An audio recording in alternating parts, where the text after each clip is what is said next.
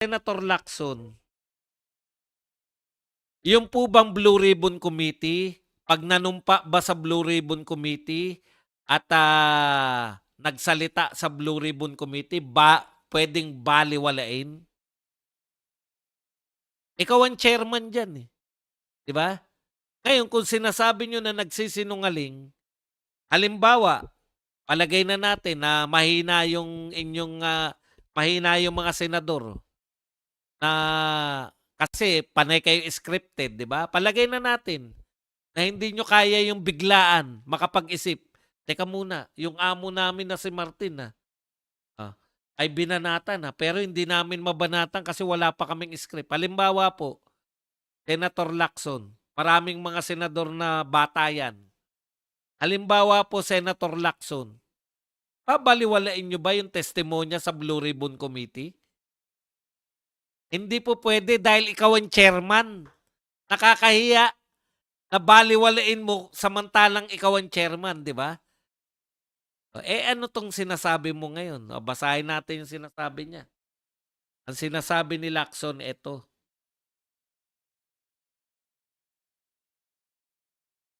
Ayan. Ito po ay sinabi niya September 27 kahapon. Kaya lang hindi ako Hindi po ako nag-broadcast kahapon eh. The Manila RTC can help unravel the mystery behind the now infamous Gutesa affidavit since part of the executive judge's function is to investigate violations relating to notarized documents within its jurisdiction. Was he just made to sign a prepared affidavit that he read during the committee hearing and by whom? Yan. Ganda, no? Pinatutulong niya yung RTC. Tanong ko sa inyo, Senator Lacson, mas mataas po ba yung Manila Regional Trial Court kaysa sa inyong Blue Ribbon? Kasi isinusuko mo na yung Blue Ribbon Committee. Parang sinasabi nyo, Manila RTC, help!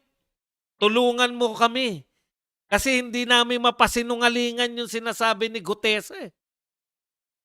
Hindi namin mapa-appear dito na sinungaling si Gutesa sa Blue Ribbon Committee. Kayo na kaya ang magsalita. Alam mo, Senator Lacson, pinanunood kayo ng tao. Kung ano man ang maging hatol ng Manila RTC, hindi yan pinanood ng tao. Hindi namin alam kung ano ang ginawa nilang paano sila nagpasya. Dito po, pinanood kayo ng tao. Tanungin niyo yung tao, reliable ba?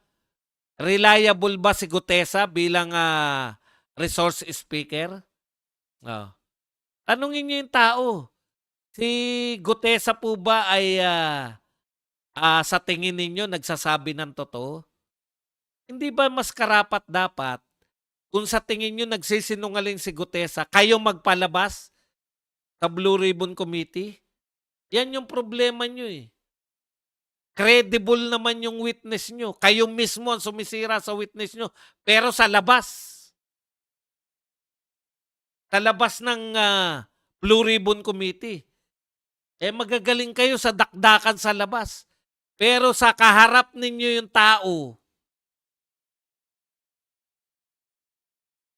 hindi nyo naman mapabulaanan yung mga sinasabi ng tao no nakaharap sa inyo. Yan po pinakamahirap na ugali. Yung pag nakalabas na, pag hindi na nakaharap, tsaka nyo babakbakan.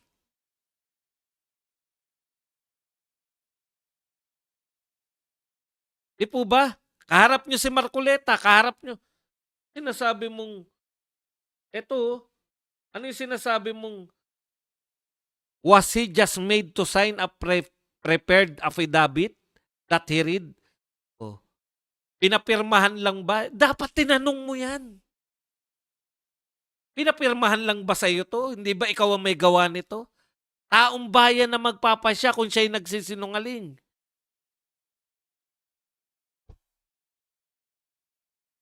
Magagalit sa yung mga Marines niyan.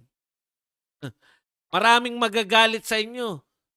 Para saan pa yung Blue Ribbon? Ikaw nga ang chairman niyan. Nariyan ka, nakaharap ka nung nagsalita yan eh.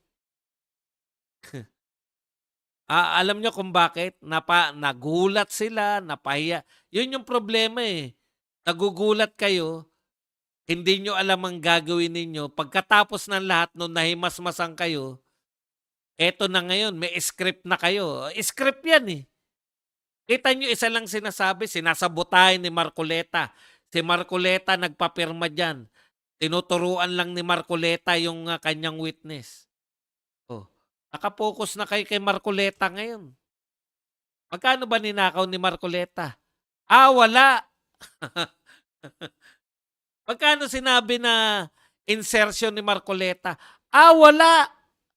Magkano sinabi na dineliver sa mansyon ni Marcoleta? Magkano raw pera ang sinabing dineliver sa mansyon ni Marcoleta? Wala rin. Ibig sabihin walang testigo na nagsabi na si Marcoleta, ay binigyan ng pera. Walang engineer na nagsabi na may 25% si Marcoleta. Wala. Walang nagsabi na security detail na nagsabi nag-deliver sa mansion ni Marcoleta ng almost 2 billion o 1 point something billion. May nagsabi ba na bilyon-bilyon nag-deliver kay Marcoleta?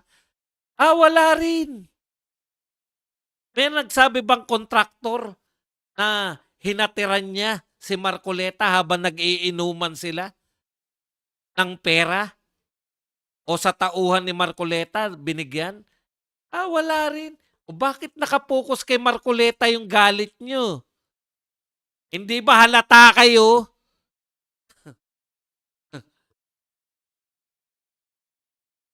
Bistadong-bistado yung mga style ninyo, Clavio. Chelo Magno. Binabanggit pa Marcoleta. Si Clavio, nahiya ka pang banggitin na sa Marcoleta. Di ba nakakahiya? Kayo ang nakakahiya. Yung binabanggit na dinilibera ng bilyon-bilyon, isang salita, wala kayong duda. Anong, meron na po bang tumistigo na nagpabulaanan sa sinasabi ni Gutesa? Wala pa rin. Ibig sabihin, nag-conclude kayo na nagsisinungaling si Gutesa kahit walang kumukontra sa kanyang sinasabi?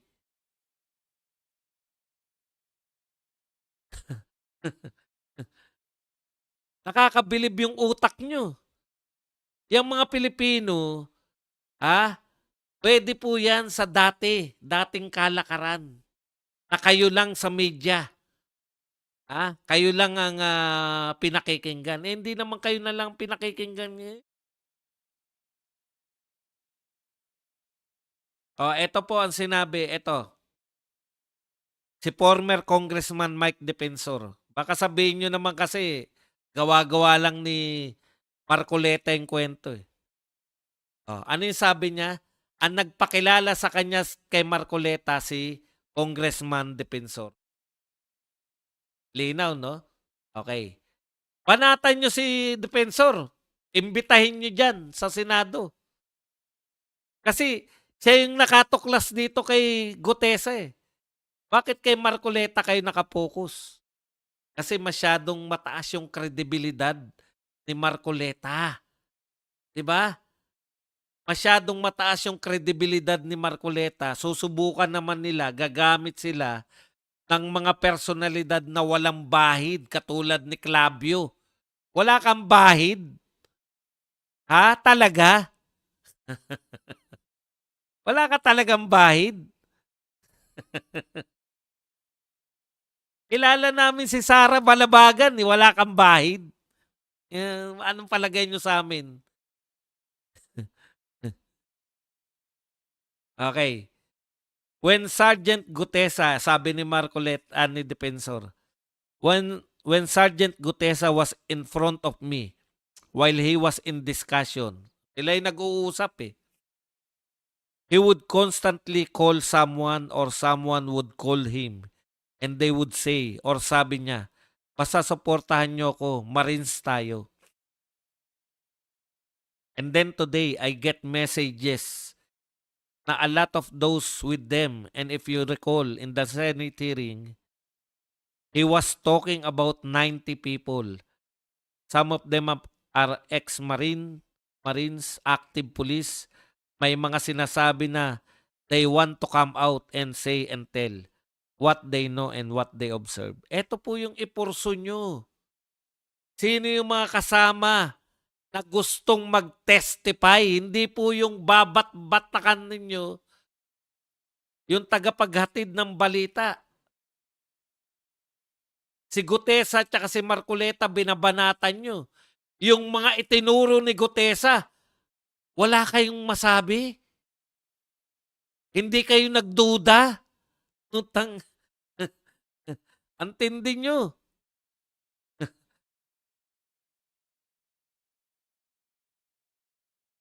Yung tinuturong binigyan ng pera, wala kayong masabi. Pero yung naglabas ng testigo na mayroon kaming binigay kay Martin mula kay Saldico. Alam niyo po kasi ang kwento nila, hanggang kay Saldico okay kami. Tanga ba yun? Ano ba tanga? Mukha lang tanga si Martin. Di ba? Mukha na, ko, ititindi ko. Mukha lang tanga. Pero hindi siya tanga. Iba po yung mukha lang. Mukha lang siyang abnoy, pero hindi po siya abnoy. Ibang presidente yun. Ibang presidente po yung mukhang abnoy, tsaka talaga. Naalala ko lang, yung presidente na, Huwag niyo pong ipagkamali na yung ginagawa, yun, alam niyo yung pinakamalaki yung pagkakamali, yung mga nagtumatablaki ko. Yan ang pinakamalaki yung pagkakamali. Tablahin niyo si Saldico. Kasi hindi nila po pwedeng lahat nagtuturo kay Saldico. Direkta mismo kay Saldico. Sa bahay ni Saldico. Huwag niyo pong ipagkamali na yung itsura ni Martin, itsura lang po yun. Pero matalino po si Martin. Ibig niyo sabihin, nagagawa yan ni Saldico. Lahat. Si Saldico nag-insert, si Saldico. Without, hindi alam ni Martin Romualdez. Putya, sinong papaniwalain ninyo?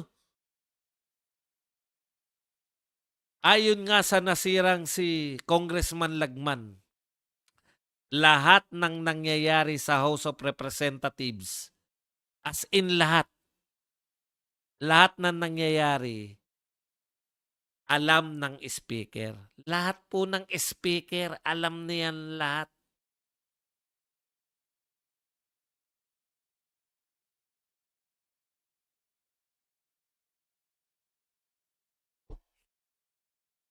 Balita yung kay Kiko, di ba? Kiko Barsaga, na balak niyang sampahan. Tama naman. Alam nyo, hindi naman ako naniniwala na magpo-prosper yan. Pero maganda po yung ideya eh. Hindi lang tayo ng impeachment si BBM, sasampahan daw ni Kiko Barsaga na impeachment si BBM. Maganda po yung idea na yan. Diba?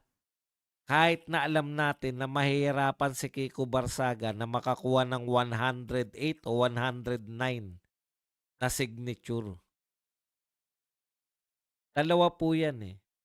Alam nyo, ako naniniwala na yung, kasi yung iba nag-abang, di bali na sa 2026, sasampahan naman ng impeachment si BP Sara. Kapal naman ang mga mukha nyo. No? Makakapal ng mukha ninyo na magsampa pa rin kayo na impeachment kay BP Sara kung may magtutuloy pa niyan. Ang tagal nyo na, niwala kayong ebidensya. Nakakahiya kayo.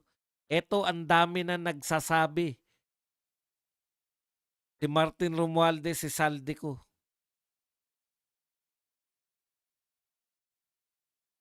Tapos si BBM, sa kanya lahat yan. Pinirmahan niya yung mga palpak na 3 taon na budget ng Pilipinas. Sa kanya na yan lahat.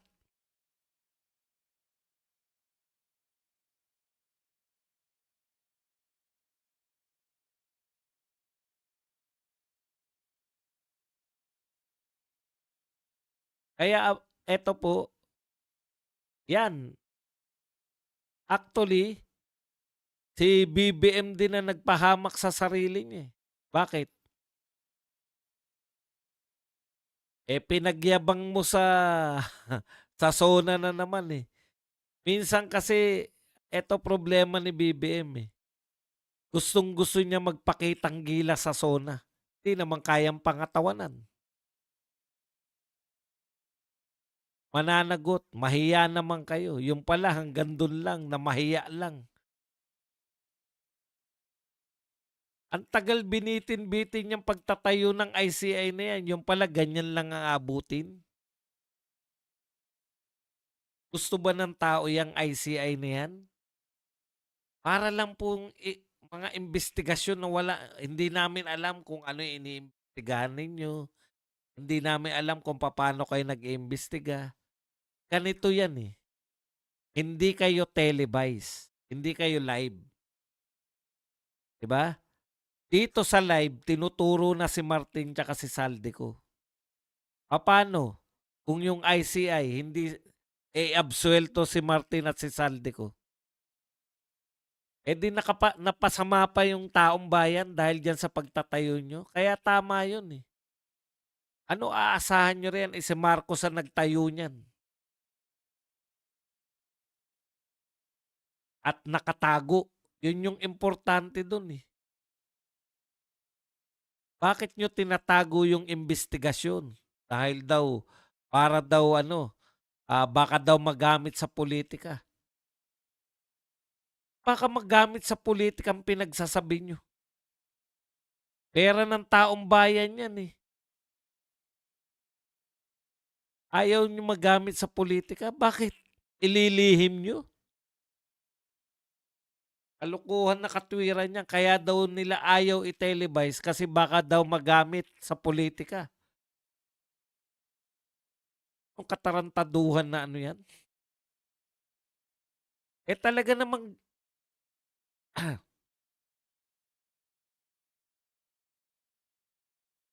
mga politiko yan eh. Mga politiko yung nandugas sa amin tapos ayaw nyo magamit sa politika. Ibig nyo sabihin, lilihim lang natin to. O paano yan? Halimbawa, si Martin na may kasalanan, lumabas sa inyong investigasyon si Martin. Ay, kilala na namin ang mastermind. Pero hindi namin sasabihin kasi baka magamit sa politika eh. Yung magnanakaw, puta, bakit kayo natatakot na matalo yung magnanakaw? Kung magnanakaw yan eh, bakit nyo ililihim nyo? Sekreto muna to. After na ng 2028 election, tsaka nyo malalaman kung sino yung magnanakaw. Paano kung nanalo yung magnanakaw?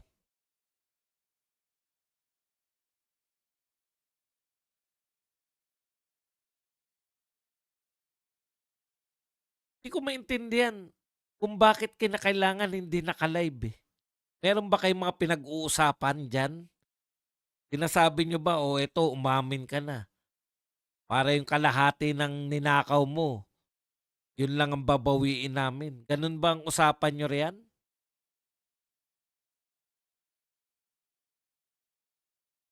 Para daw hindi magamit sa politika kaya hindi dapat i-live. I-live nyo para magamit sa politika, mga bugok. Ibig nyo sabihin yung magnanakaw, ililihim nyo para manalo uli. Yun yung purpose eh. Nakikita nyo na ngayon yung purpose. Hindi para pabulgar kung sino yung magnanakaw. Para daw hindi magamit sa politika. Ibig sabihin, kahit kilala na nila mastermind na magnanakaw, hindi namin sasabihin. Bakit? Baka matalo sa politika eh. Yun nga yung purpose natin. Huwag nang iboto yung mga magnanakaw.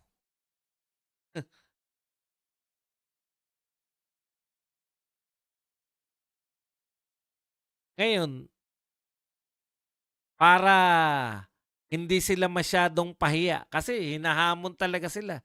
Bakit hindi iniimbestigahan si Martin? O ngayon inimbitahan. Ang tanong, kailan yung susunod na hearing? Kahit ba tumanggi si Martin, di siya na yun, 'di ba? Inimbitahan ka namin, tumanggi ka. Wala kaming magagawa. Lalabas ka na mastermind ka. Kasi may nagturo sa'yo, eh. Ayaw niyo may pagtanggol yung sarili mo. O di kasalanan ni Martin yun. Pero kung sasabihin niyo lang na sa susunod na hearing, imbitahan, wala namang petsa. Niloloko niyo lang yung mga tao. Kailan yung susunod na hearing? Bakit ayaw ninyong i-announce yung petsa?